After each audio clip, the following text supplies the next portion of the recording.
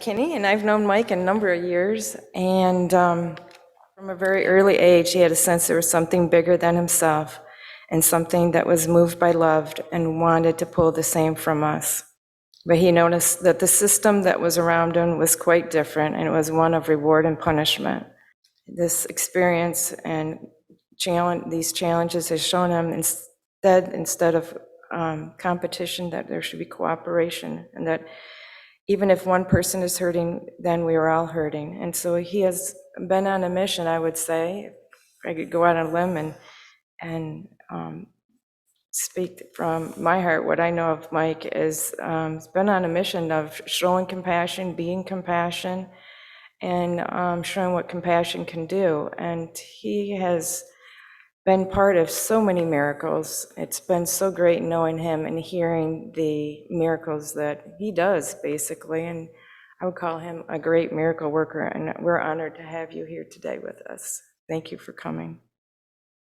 And I have a meditation for us that works on the compassion part, the empathy, where we can feel for other people in such a way that our hearts are opened up to them, that we can understand what they're going through, that we can offer something back to them, to free them, and in the process, freeing ourselves from the same type of constrictions and pain and worry and grief. And it's a practice called Tonglen, T-O-N-G-L-E-N. It's 4 parts, and I would like to take a few minutes to practice Tonglen with you. I will tell you what the 4 parts are, and then we can do them one at a time. The idea is that we experience somebody else's pain and try to release them from that, but sometimes that's hard to do because we're in our own. And so when we practice this, if you can think of a situation where somebody else is involved that you would like to release them, to help them, then that's fine. But if not, focus on something that you're in right now, something that you could use release from. And the first of the 4 parts is where we just basically try to free our mind from whatever we're thinking about right now, just to release it from that, to clear it. The second part is where we concentrate actually on texture. We're breathing in texture, whether it's heaviness, constriction, claustrophobic, dark, whatever that texture might be, we breathe that in. And then we breathe out whatever we think is a release from that, the light, something cleansing. And then we imagine the person that's in pain, the person that we're thinking about, even if it's ourselves, breathing in that worry, breathing in that texture that we feel that person must be experiencing, and then breathing out whatever we think will release them from that. And then finally, we try to breathe in that same grief, that same worry, that same fear that other people around the world are going to be experiencing, and then breathing out that same release for people around the world. In the process, hopefully, we're doing that for ourselves. So I'd like us to take a few moments to just calm our breath, calm ourselves, just to release for our own selves.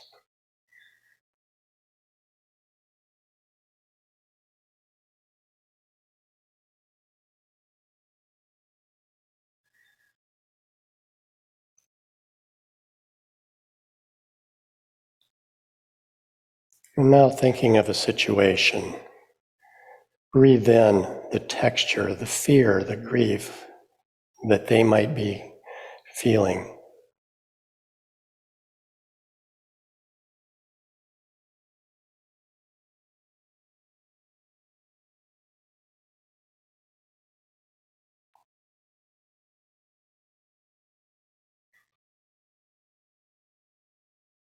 And breathe out release. Breathe out something that you feel like it would help them or yourself. So you're breathing in the worry, you're breathing out the release.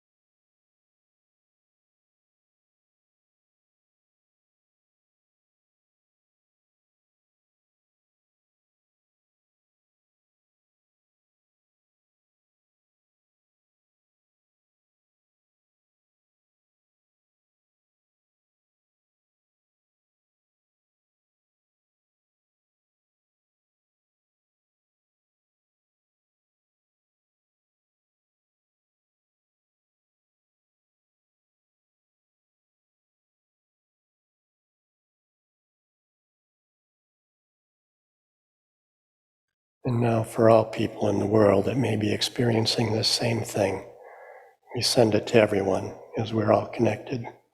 Breathe in the worry, breathe out the release.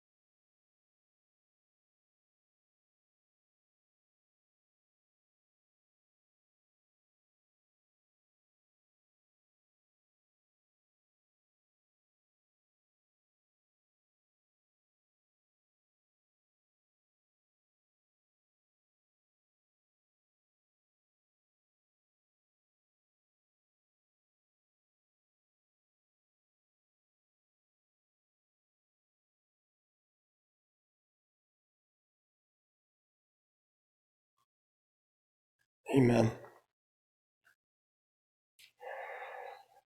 The idea of that practice is that we develop an empathy for one another, that we can experience what we think they're experiencing and try to release them from that to the degree that we can.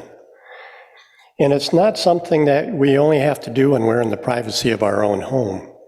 When we're passing somebody in the store, when we're dealing with a short-tempered cashier, whatever the situation is, we can be on a walk and just try to feel what we think they're feeling. Try to release them from that as best we can. And it's kind of backwards because we sometimes think we're supposed to be breathing into peace. We fill ourselves with peace. But in this practice, we breathe in those things that aren't peaceful, and we breathe out those things that are, filling ourselves with them at the same time. I wanted to talk with you today about an experience that I had that was life-changing. And the question that I ask myself a lot, and that you might ask yourselves, is, do I really feel that everybody matters? That's question one. Do I really feel that everybody matters? And the second one is, how do I know that I really believe that? In my head, I can believe one thing, but how do I know in my heart that I really do? A number of years ago, there was a story in the San Francisco Chronicle, and you can look this up, because I did. I wanted to make sure I wasn't lying to you. And the story is about some fishermen that were out, and they saw this whale, and the whale is all trapped in these lines, in these nets. The whale's gonna die. It can't move, and it's panicking. And these men didn't have enough to take it out. There's only two in a big whale. So they had to call other people in. And as a community, they came out with their knives, very careful, because one flick of the whale's tail and someone is hurt or killed. They go out, and as carefully as they can, they remove all the ropes, all the lines, and free this whale. And the whale starts swimming around. It's a happy creature right now. It's free. And rather than swimming around and sailing away, it came back, and it started swimming circles around the men and the women that had helped it. And it kind of playfully nudged them as a way of, I think, saying thank you. And the people described that feeling of releasing something that was scared and alive and full of life,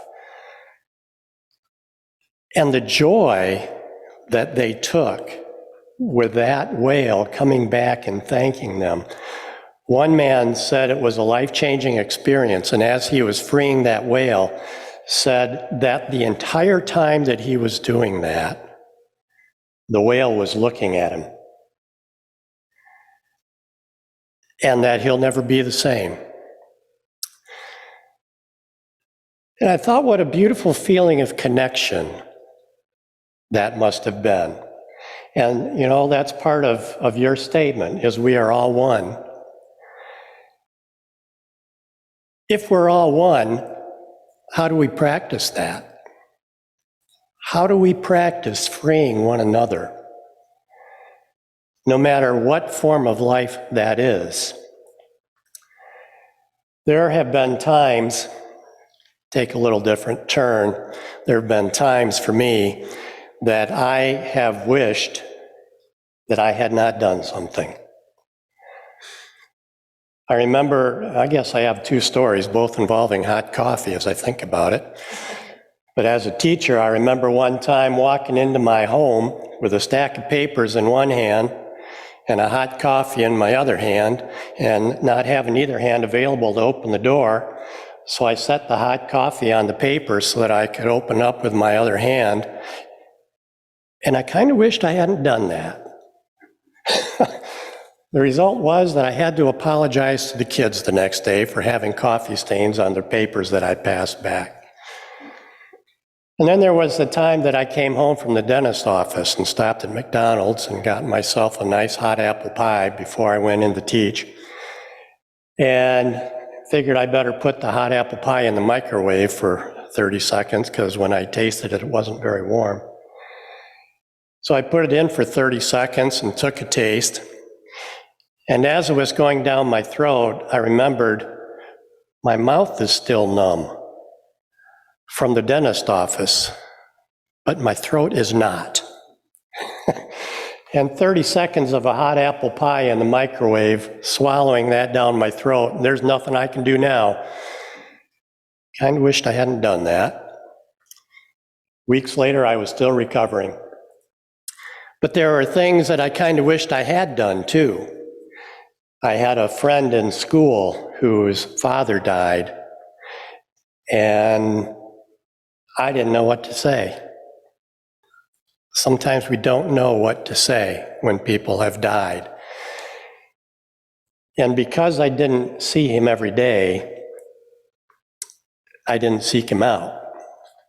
And in the end, I said nothing at all.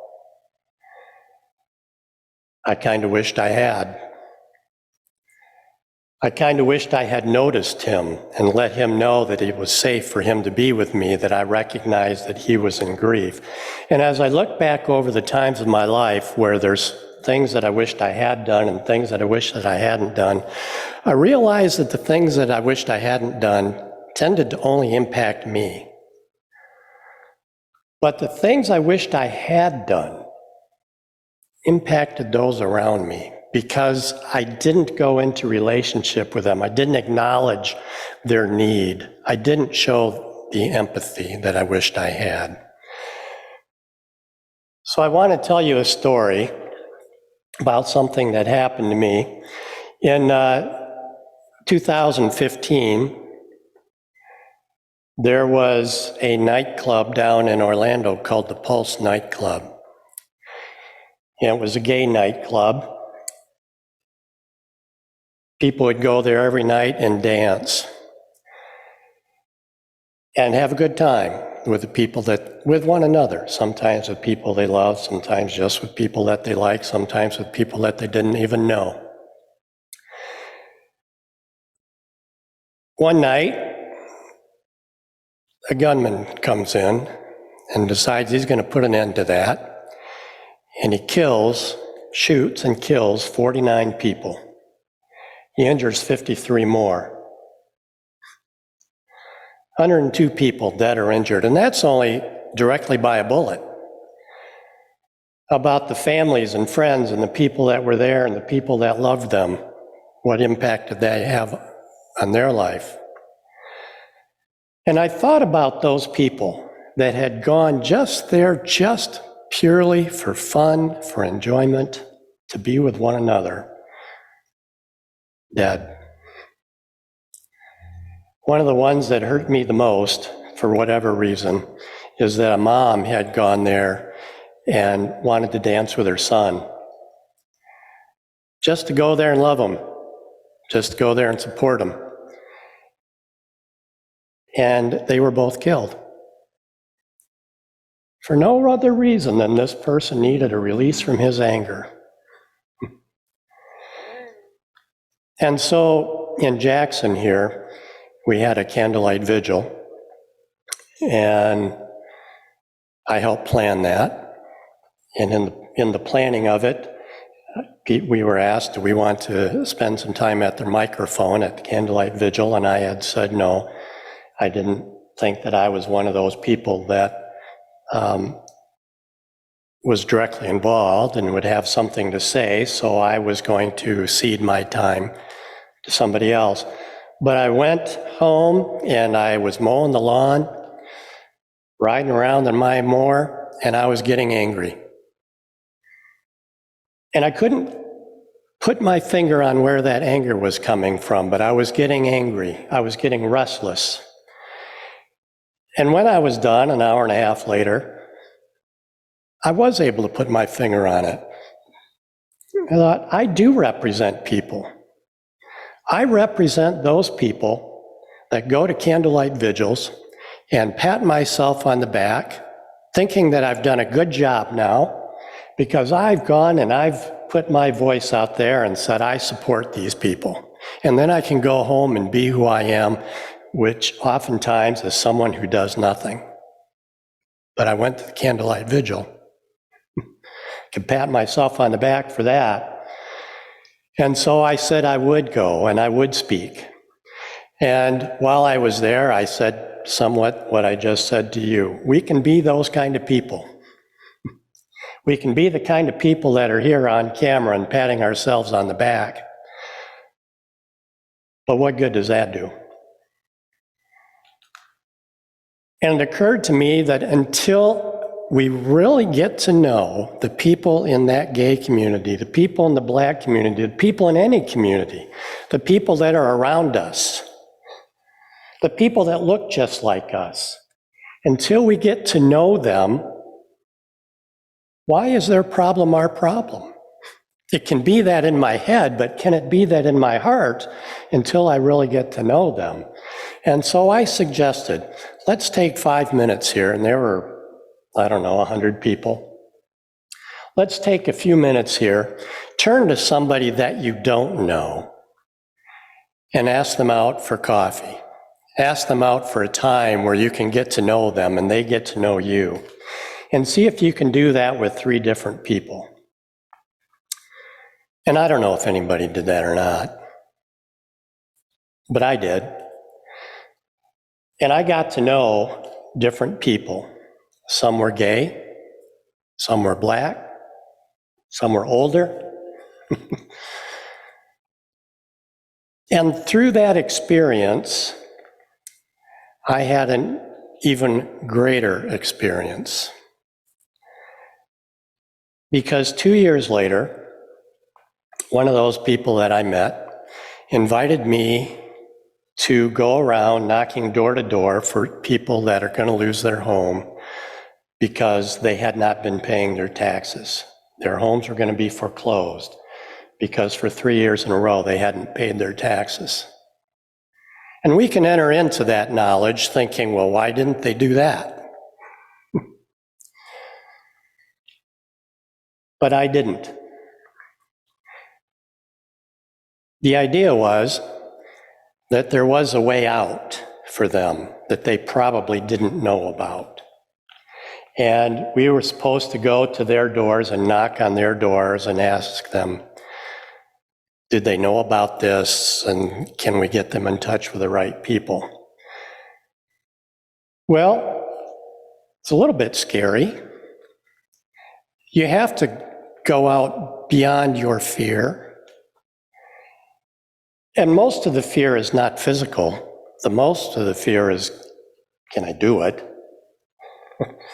Am I a person that can go and knock on someone's door who I know nothing, I don't know anything about them, except that they're about to lose their home?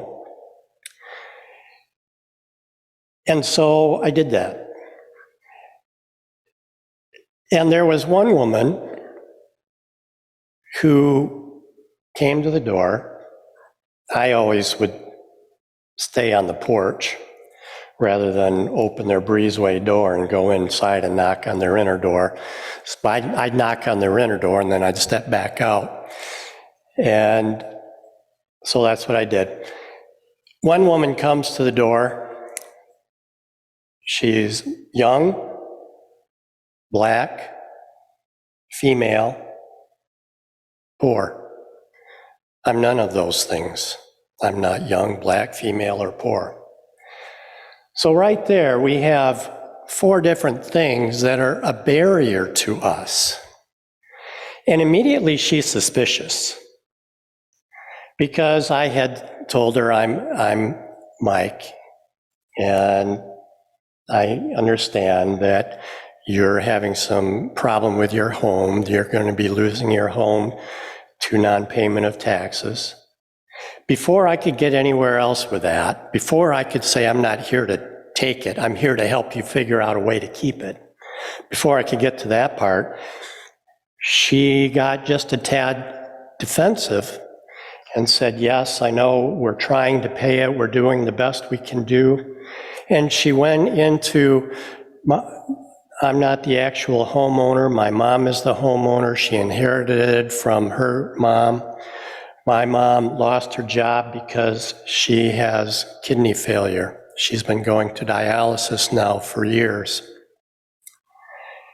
And she says, I'm trying to make what payments I can, but I have to move in with her to help her. I have 4 kids, and the amount of money that I make extra, since she lost her insurance because she lost her job because she has kidney failure, I'm using my money to help supplement that.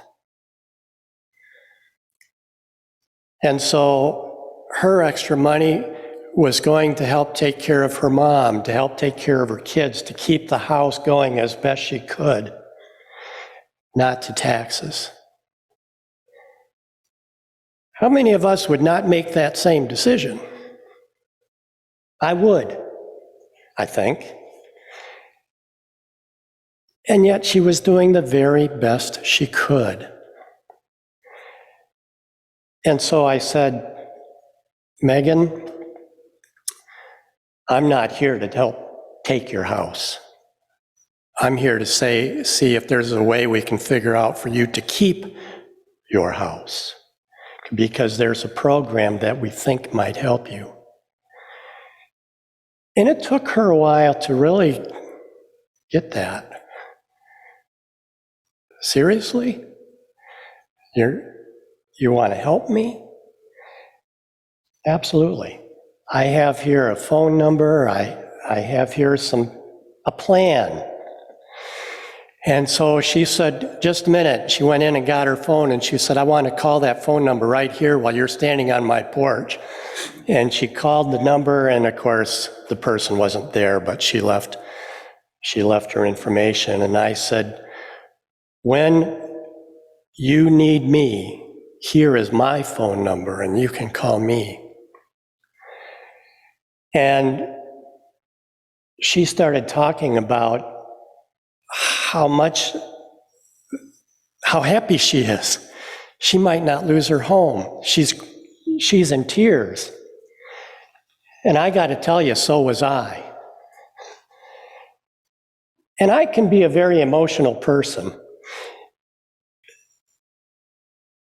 And I've learned that makes people uncomfortable, to have a grown man standing in front of them crying. And so I kept trying to swallow that down. But Megan says, can I give you a hug? Oh, yeah. So there we were, the two of us with all these barriers, giving each other a heartfelt hug, which was one of the best that I had ever had. And I could barely talk as I was leaving, but I knew that I couldn't stay there much longer. And I said, you've got my number. I will check back to make sure that you've made this connection with them. But please don't hesitate. Please call me if you need help. And as I was walking back to the car, I hear her going back inside the house. She's talking to herself at this point, and she says, I can't believe it. I can't believe that somebody cared enough about me to talk to me. That's what she was saying as she's walking away. She wasn't saying it to me. And so, hear that. Here's a person that's going to lose her house. Her mom's in cancer. She has 4 kids that she doesn't know how to support. And what got her crying just then was that somebody cared enough to talk to her, to notice her, to let her know that she mattered. Now, I'm a lucky guy. I have people in my life that love me, people that I love. If I'm tied with ropes, they're going to come with a knife and they're going to try to free me. And when I'm free and I'm dancing around with some joy, they're going to be there to hug me and encourage me. But not everybody has that. I don't face the fears that beat me down every day. But some people do. They face that every day. How do they do it?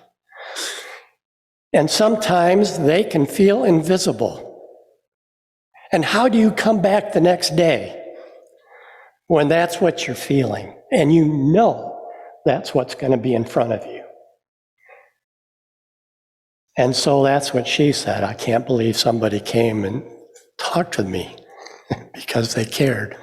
And I went back in the house or the car, and I just remember putting my head down and crying like a baby right in front of her house. And what got me in one large part was the sense of gratitude. I felt a connection with her. I could feel this empathy for her that was such a strong sense of connection that I could experience, I felt, what other people must be feeling, even though I personally don't feel it, even though I personally don't experience it. Thank you, God, for that, for me being able to be here, for giving me this lesson as well. And so it changed me. It's not the only time I've ever felt something similar, but it's a time where I could say, this is what it feels like to be connected. And it changed me in such a way as it took love from my head to my heart. It made me more open to people that are struggling. It made me more determined so that when I see somebody that's in pain, and not all the time, but more often, I can be more determined to do something about it. And not love because it's a responsibility, but love because I want to. Possibly the biggest thing that experience did for me was give me that sense of oneness. Because I remember sitting in that car just really feeling that oneness. And as I say, I don't always feel it. In fact, maybe I don't often feel it.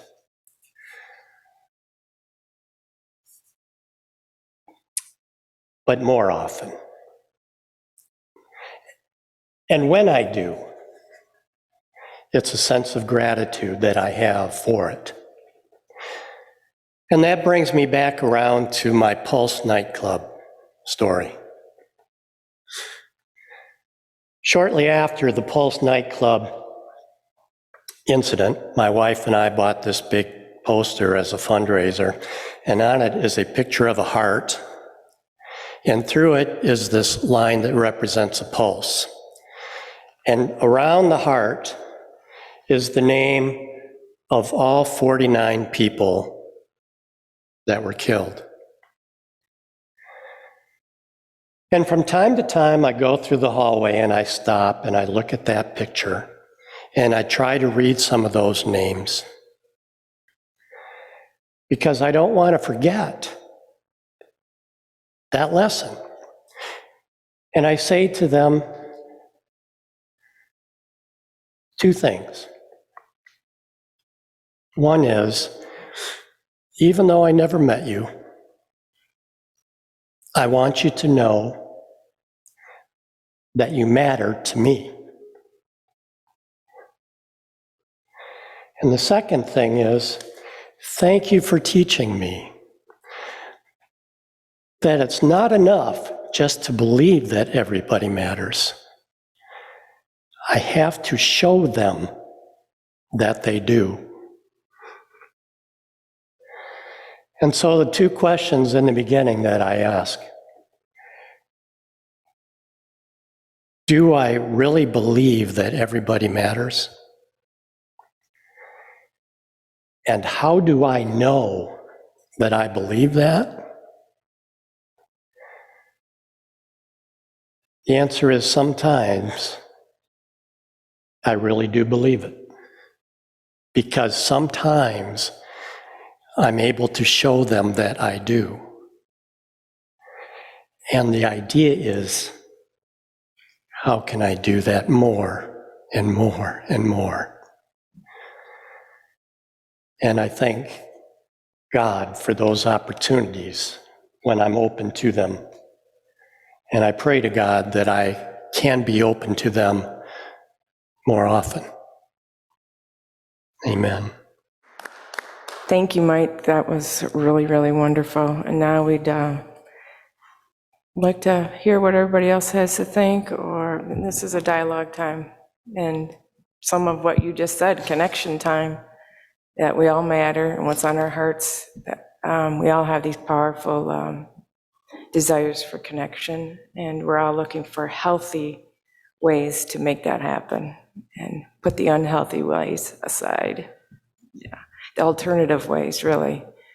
So, yeah, I guess I'll start because something you said reminded me of the course of love and what Jesus is saying in there. And he says, and we were just reading this the other day in this group that I'm in, that he said, you can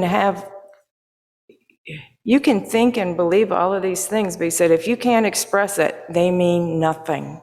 I mean, he was point blank about it. If you can't accept yourself, and basically his premise is, leading up to that is, you have to accept your personal self 100%. You have to feel safe and acceptable in your own personal self so that when you get these callings, you 100% do it. And you can't do it without accepting all your imperfections and accepting yourself 100%. You're not going to be a clear channel. So he said they got to go together. You have to be able to connect and know what to do from your heart, but you have to also accept yourself 100% and not have shame.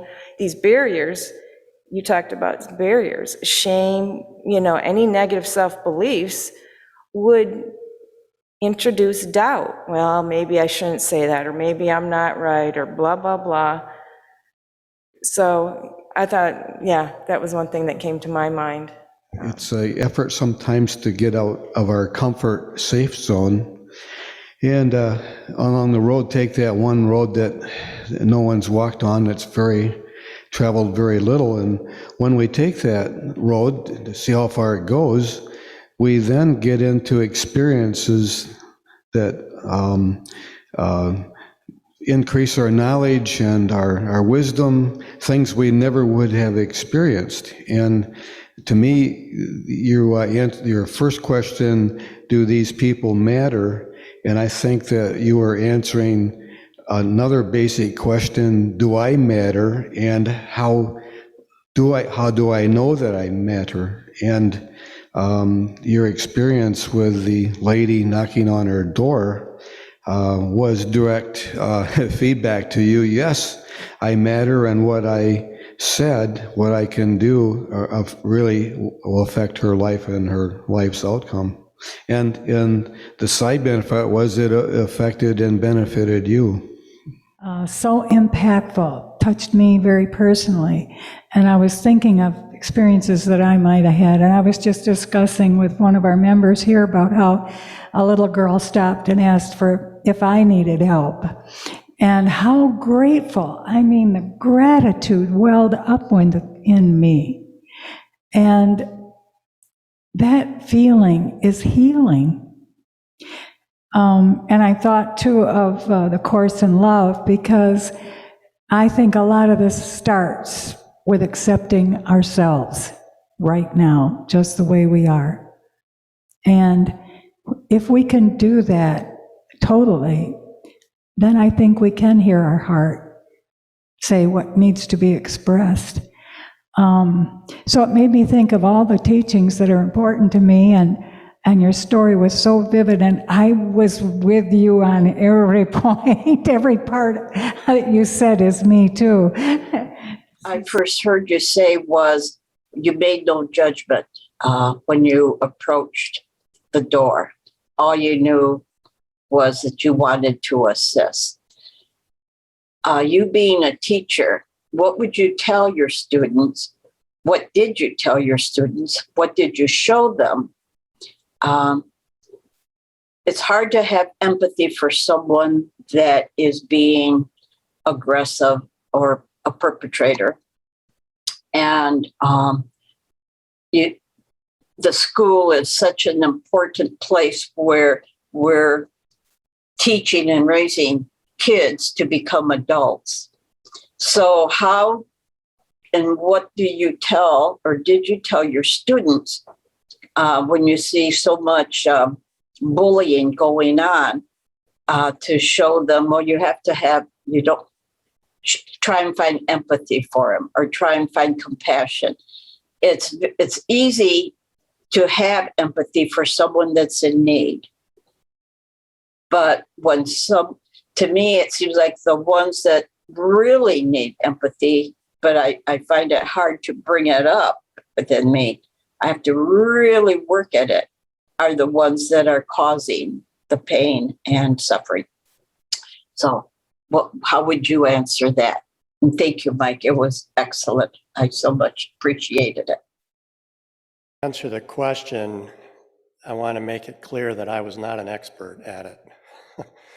But for the most part, the best I could do, I tried to meet the students at the door rather than stay behind my desk when they came in.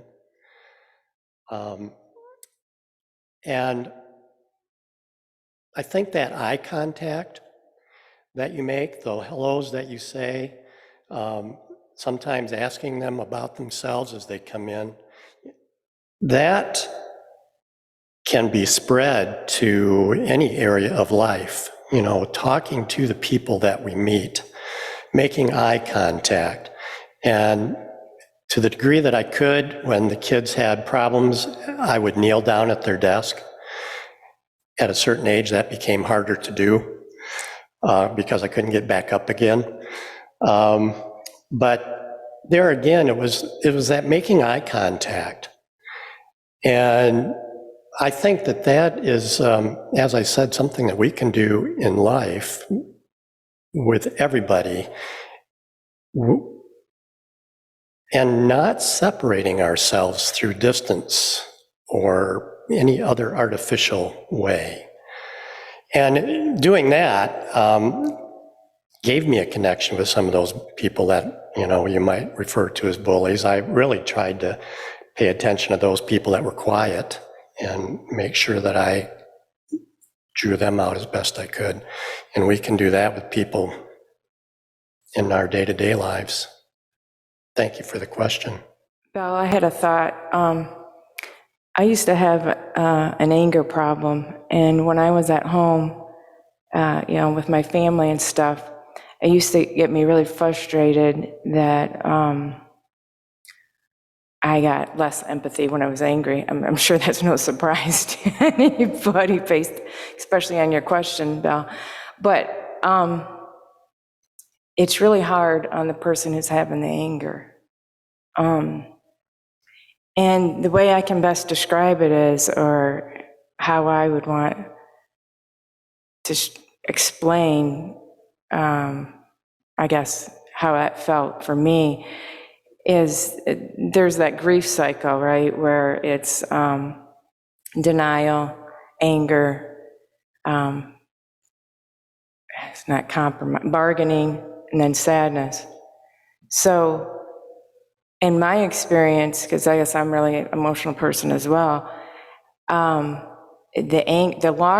bigger the anger is, it's a buffer for how big the sadness is and how big the bargaining stage is. You just don't want to go to the sadness because you know it's so darn big. And that anger is just a representation of how big the hurt is. And I would think maybe just to come up with a plan, we all maybe have things that we do when somebody's sad. I mean, just think of both people need the love. Both are a call for love. The anger is a bigger call for love because you're at the hardest part in the early stages of the grief cycle. Somebody in the sad part is in the very last stage. They're in one of the easier parts, really. So, so what you do with somebody in the sad stage of the grief cycle, whatever your typical is, you pat them, you look at the eye contact, the empathy, whatever that is. Just come up with a game plan when somebody's in the anger part of the grief cycle. It's probably going to be basically the same thing. Thank you for the talk. I've been struggling with trying to work with a person that's very angry, and it's easy to be in your spiritual circle and not have to experience that, but now I'm away from it all. I've been experiencing it, and it's been a challenge, and it has knocked me off, but by coming to here and thinking about it, I started asking for help with it through prayer, God's power. And I started trying to see this person as a loving person that's struggling. Started saying, how can I love this person? How can I, be an example of that? And this week, it's amazing that the shift has happened. Instead of pushing back, I'm in the surrendering where, what can I do to make this situation better? How can I support this situation?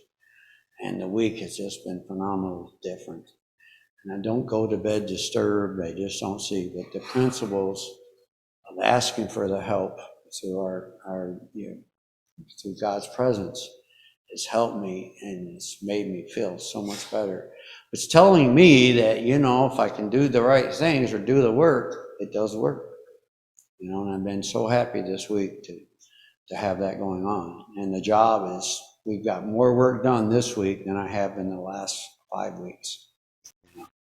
So, thank you.